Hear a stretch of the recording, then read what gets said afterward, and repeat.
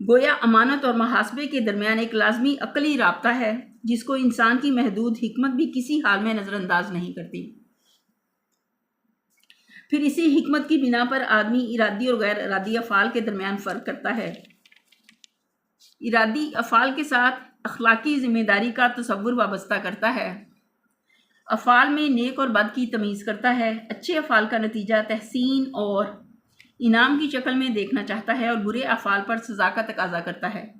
حتیٰ کہ خود ایک نظام عدالت اس غرض کے لیے وجود میں لاتا ہے کہ یہ حکمت جس خالق نے انسان میں پیدا کی ہے، کیا باور کیا جا سکتا ہے کہ وہ خود اس حکمت سے عاری ہوگا؟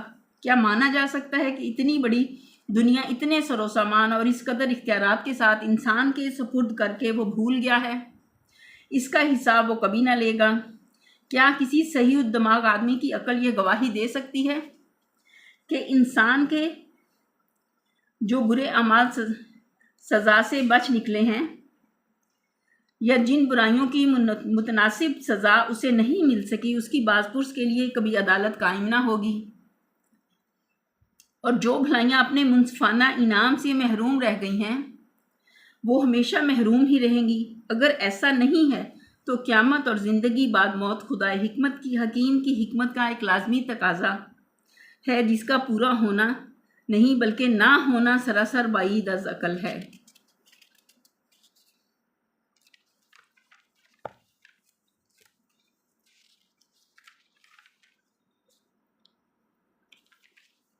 وَمِنَ النَّاسِ مَن يُجَادِلُ فِي اللَّهِ بِغَيْرِ عِلْمٍ وَلَا هُدًى وَلَا كِتَابٍ مُنِيرٍ ثَانِيَ عِطْفِهِ لِيُضِلَّ عَن سَبِيلِ لَهُ فِي الدُّنْيَا خِزْيٌ وَنُذِيقُهُ يَوْمَ الْقِيَامَةِ عَذَابَ الْحَرِيقِ ذَلِكَ بِمَا قَدَّمَتْ يَدَاكَ وَأَنَّ اللَّهَ لَيْسَ بِظَلَّامٍ لِّلْعَبِيدِ۔ بعض اور لوگ ایسے ہیں کہ جو کسی علم اور ہدایت اور روشنی بخشنے والی کتاب کے بغیر گردن اکڑائے ہوئے اللہ کے بارے میں جھگڑتے ہیں تاکہ لوگوں کو راہ خدا سے بھٹکا دیں۔ ایسے شخص کے لیے دنیا میں رسوائی ہے اور قیامت کے روز اس کو ہم آگ کے عذاب کا مزہ چکھائیں گے۔ یہ ہے تیرا وہ مستقبل جو تیرے اپنے ہاتھوں نے تیرے لیے تیار کیا ہے، ورنہ اللہ اپنے بندوں پر ظلم کرنے والا نہیں ہے۔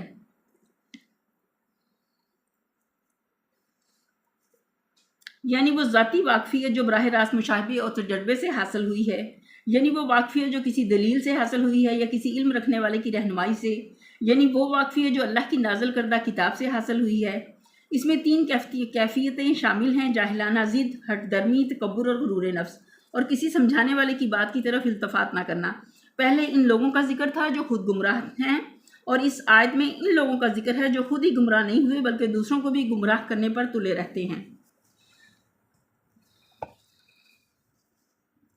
یہیں پر ہم اپنے لیسن کا اختتام کرتے ہیں۔ وآخر دعوانا الحمدللہ رب العالمین۔ سبحان ربک رب العزۃ عما یصفون وسلام علی المرسلین والحمدللہ رب العالمین۔ آمین ثم آمین یا رب العالمین۔ السلام علیکم ورحمۃ اللہ وبرکاتہ۔